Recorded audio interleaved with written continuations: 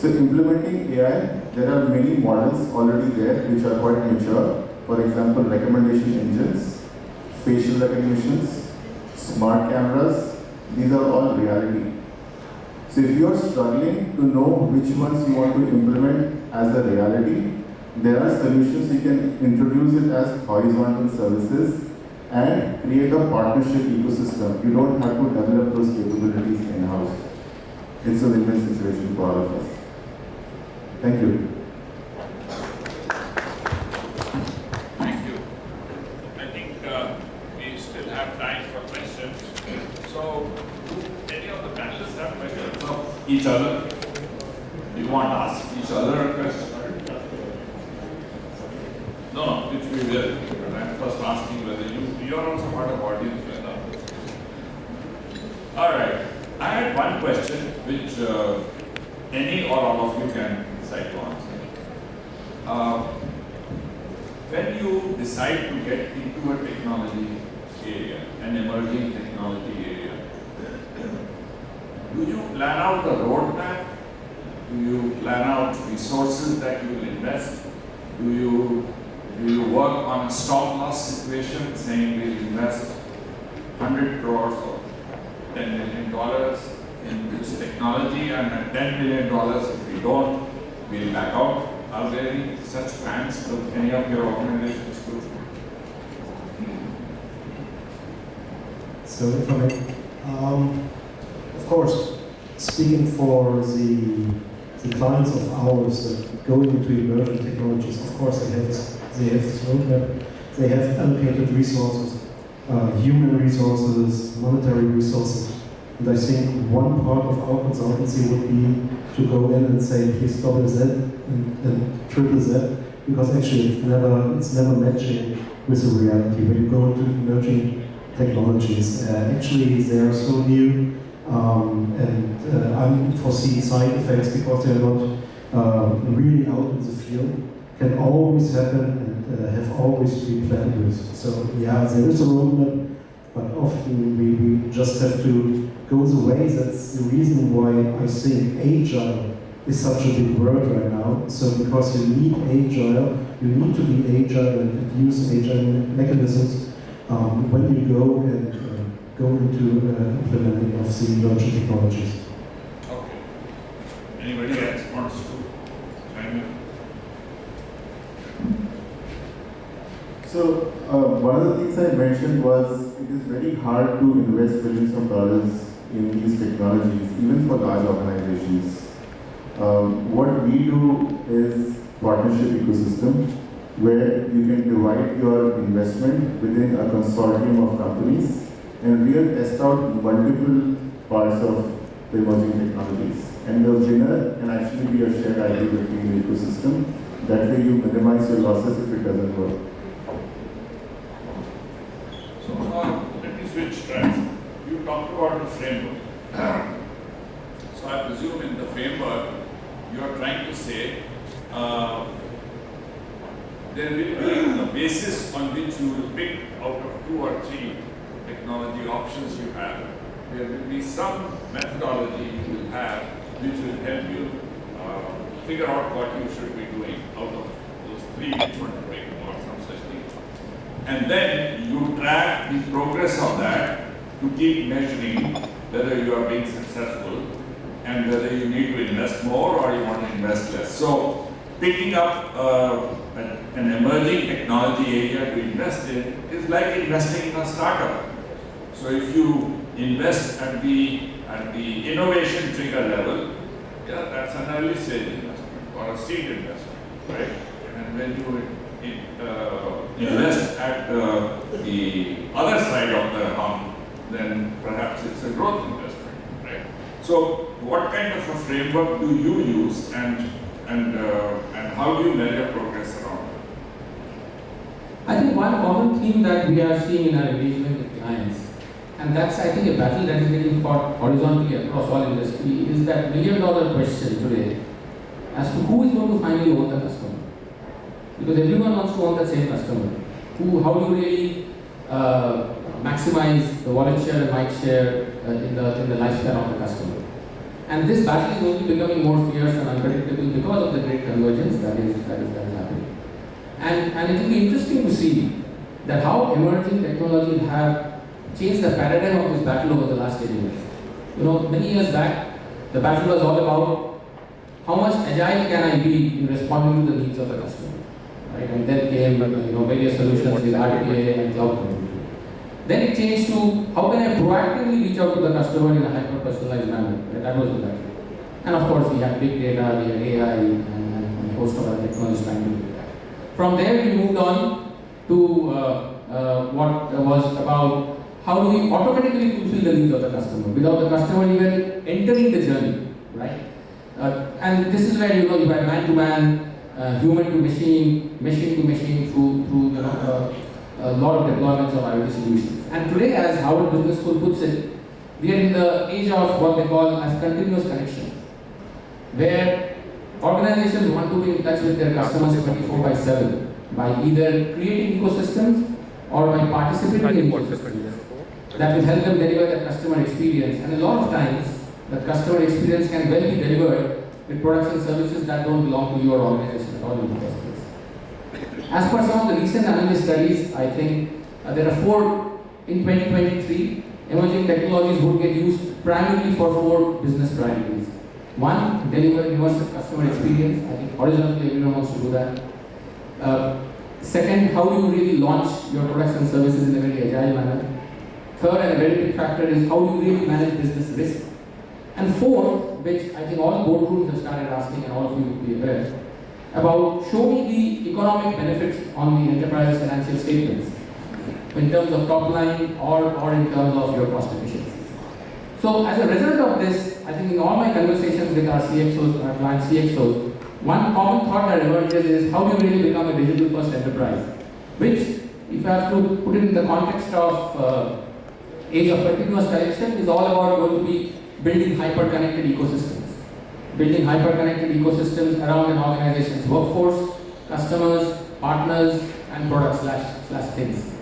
And that is only going to be possible through the interplay of all these emerging technologies, or at least some of them which are relevant to your industry, through advanced high-speed network, and finally through a very, very advanced and next-gen secure framework.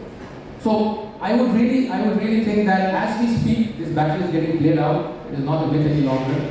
Hyper-connected ecosystem is a complete reality. You have a lot of examples today of customers. And I think the future is really coming faster than we all think. Okay. You had a comment.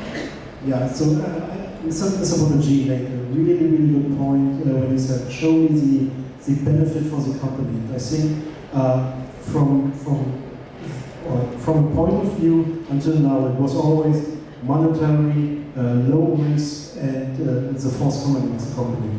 And I think this is the right part where we inject now ESG. Show me not only the benefits for the company, but show me also ESG benefits that are becoming benefits of the company in terms of being forward thinking and in terms to have a competitive advantage to your competitors. Okay. I wanted to ask you one question. When you decide to back a technology which is, let's say, far away, and right now maybe in the height we are, how is failure treated in your organization? Yeah, so I think that's a good question. And if we talk about promoting and nurturing innovation and experimentation, I think we all should be ready to accept failure. Okay? So there has to be tolerance for failure because, as we all know, any new emerging technology, okay, there will be projects which will succeed, but more often than not, there are going to be projects which are going to fail. So the only thing which we need to do there is learn from our failures and move ahead.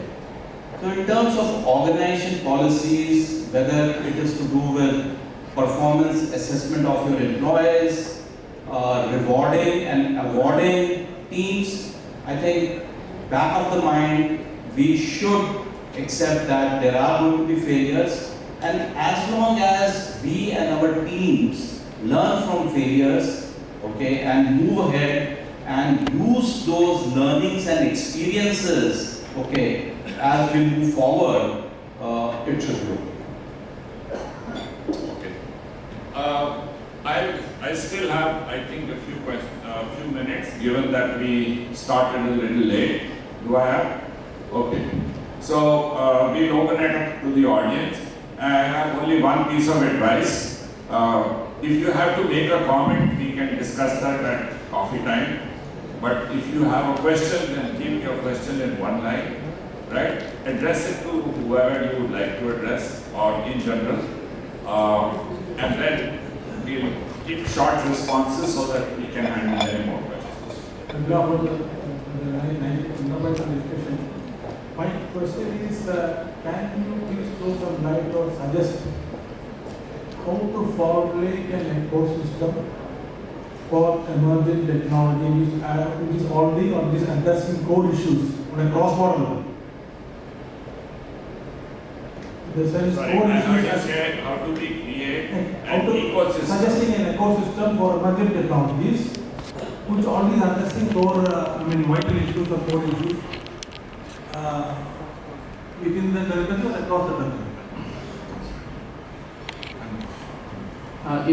If I got the question right, you are asking how do we create an ecosystem to promote more innovation for some of these emerging technologies as a country? Innovation means it's like an ingenious system, but already it is addressing core issues like in various sectors. He is from Germany, so there are various, I came across various labs already addressing. But how to create an ecosystem in a country like India for such an emergency? The suggestion has got a sort of how to formulate. But that is going to be the futuristic proposition.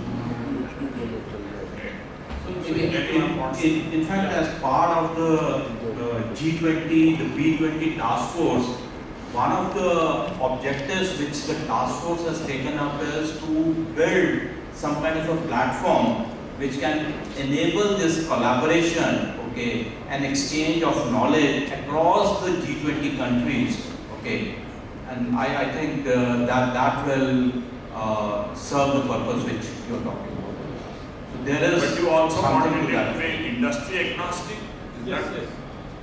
Yeah. an industry agnostic ecosystem? Okay. So, But yes, a platform. Yeah, platform is being talked about. maybe I can just add, maybe I'm not sure whether industry agnostic would make it that appealing, because every industry, like I said, would have its own nuances. So the way an industry would see an emerging technology would be very different. But I think the regulators, the industry bodies, and there's a lot happening in India already. For example, in the financial services, RBI today has come up with a sandbox, right, where all these innovative technologies are available, startups are free to go and kind of develop business use cases. So we need, I think, more of such industry-oriented sandboxes. I think more public-private partnerships. There are a lot of organizations today in the IT sector who are also kind of creating these sandboxes. For example, I know as Tatas we have a few sandboxes where innovators can come and try their hand out and develop business use cases. But I think more public and private partnership, like I said, more involvement from the regulators, more involvement from the industry bodies would really take this ahead.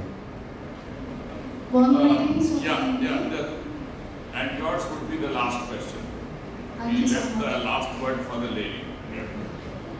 So warm greetings to all the distinguished people. And my question is that have you thought of measuring the carbon footprints with respect to the technologies? Because we talked about economical view from the ESG perspective. Is there any kind of technology being adopted? Because when I was studying an ESG as a subject, with each electronic message or email, there is 4 grams of metric ton of carbon footprints that is emitted out, whether you send an email or a message, electronic message. So when we are thinking about so much of collaboration on technologies, there's also a lot of emissions that's happening in the world. But then there must be some kind of measurement which can be taken care of with the help of AIs or analytics before implementing lean technologies, or when we talk about putting into the automation. So have you thought of any of the companies that were thought on that grounds also? Because great emissions are happening from technology, data centers. Yeah. Thank you for your question, and I think very relevant question. Our ESG expert will answer that. Yeah, very good question indeed. So actually, the internet itself and the technology around the internet is with 1% more carbon emitting than the aerospace industry. And actually, if it would be a state, it would be the 7th largest state on Earth. And actually, of course, there are methods and methodologies how to measure the energy and the carbon emissions or the energy consumption. And this all has to go into the ESG reporting, and also this has to go into the roadmap and for the emerging technologies, so that we can not only measure risk and benefits or monetary benefits for the company, but also the ESG factor itself. So yes, of course, we desperately need this, and very good point indeed. Thank you very much.